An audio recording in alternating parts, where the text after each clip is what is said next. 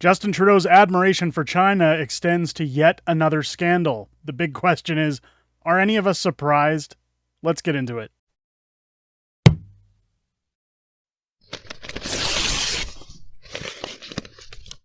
Oh, yeah! What's going on, ladies and gentlemen? Welcome back to The Fringe. I hope you guys had a wonderful new year. As well, we're kicking it off old school by talking about yet another Justin Trudeau scandal. Now, we've seen uncovering in the last, I'd say, 6 to 8 months of documentation of linked CCP support within Canada's elections from the 2019 election. We've seen members of parliament have to step down and resign as a result of being ousted, I guess, as supporters and benefactors of China's support. But now, after those tears have been shed and people have said that this was a witch hunt, it seems another leak has come out in Trudeau's corruption and where he's getting his funding and his ideals from. Now, just before we get into this, ladies and gentlemen, just a reminder, our small fringe minority has turned into a fringe majority. Make sure you subscribe down below on the channel. Click your bell for notifications. Of course, anytime we talk about Justin Trudeau on this channel, the bots are out on YouTube. We get buried in the algorithm, and they make sure that these things don't get out. So make sure to like, share, subscribe, turn on your bells for notifications, do all the usual YouTube stuff. It helps us get out in the algorithm. But let's take a look at this tweet that we'd received last week from Cat Canada, which, by the way, Cat is starting her own YouTube channel. She does very well. She's linked with the Counter Signal in terms of managing some of their sites for them and their media. She's got a very prevalent Twitter page, so if you don't follow Cat on Twitter already at Cat Canada _TM, make sure to go and do that, or check her out on YouTube at Cat Canada. That's Cat with a K and Canada with a K. Go check it out. But she shows here, Trudeau cabinet member identified as CCP-backed candidate. The scandals just don't end. Now, of course, I did some digging, and this Canadian senator who's promised to support members in the CCP's United Front is shown through audio tapes. They have actually found documentation on this to support that. I believe this lady, Miss Ing, was actually Trudeau's personal secretary at one point, who has now been, I could be wrong on that, so please don't quote me on that. I believe that was his personal secretary at one point. In a private briefing in May 2020, Senator Yuan Pao Wu promised to shield members of Beijing's United Front from critical scrutiny in Canada for taking pro-China stances on controversial issues such as the treatment of Uyghurs. Now, the admiration of China doesn't just go as far as Chinese delegates that are posing as MPs in Canada's government, but Justin Trudeau, of course, that infamous conversation of him saying he has a respect for China's dictatorship. I was almost going to say democracy. That's kind of what we've turned into. That he had an admiration for their dictatorship because they were able to turn around their economy on a dime. And the room was full of mild chuckles as he made that quote all those years ago.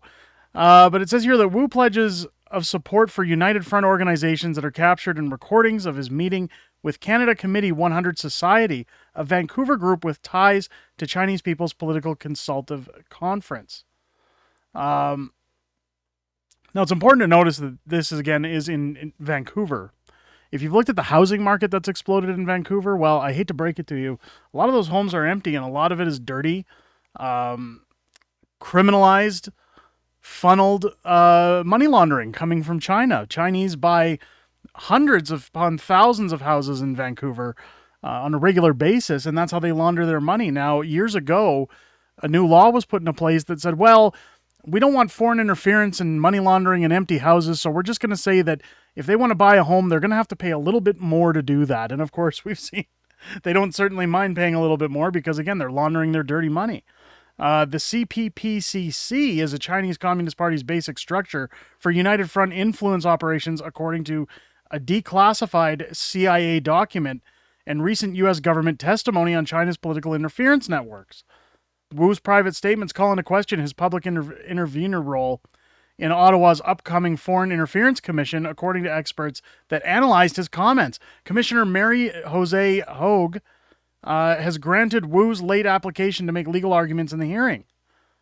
Analysis experienced in Chinese interference say the senator, who was also appointed by Justin Trudeau in 2016, is legitimizing the United Front's expanding networks of influence, which facilitated Beijing's federal election interference in 2019, according to leaked CSIS records that triggered the commission.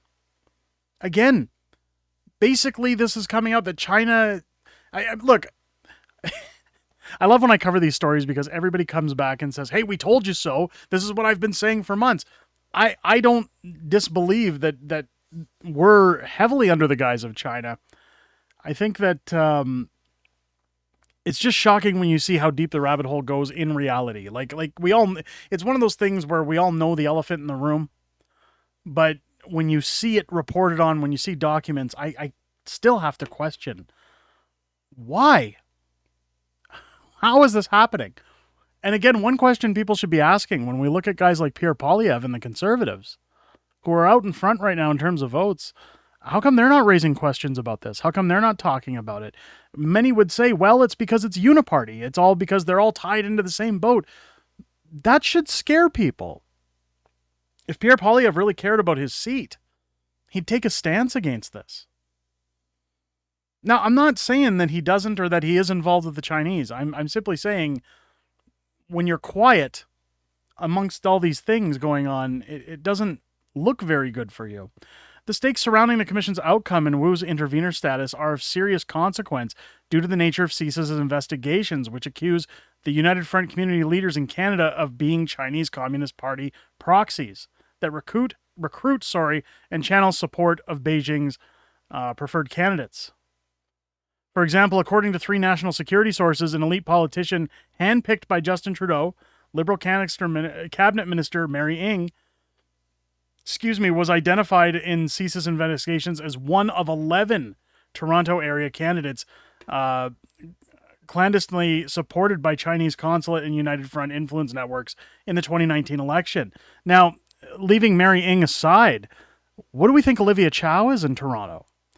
You look at Olivia Chow and the funds and the donations that came through from Chinese sources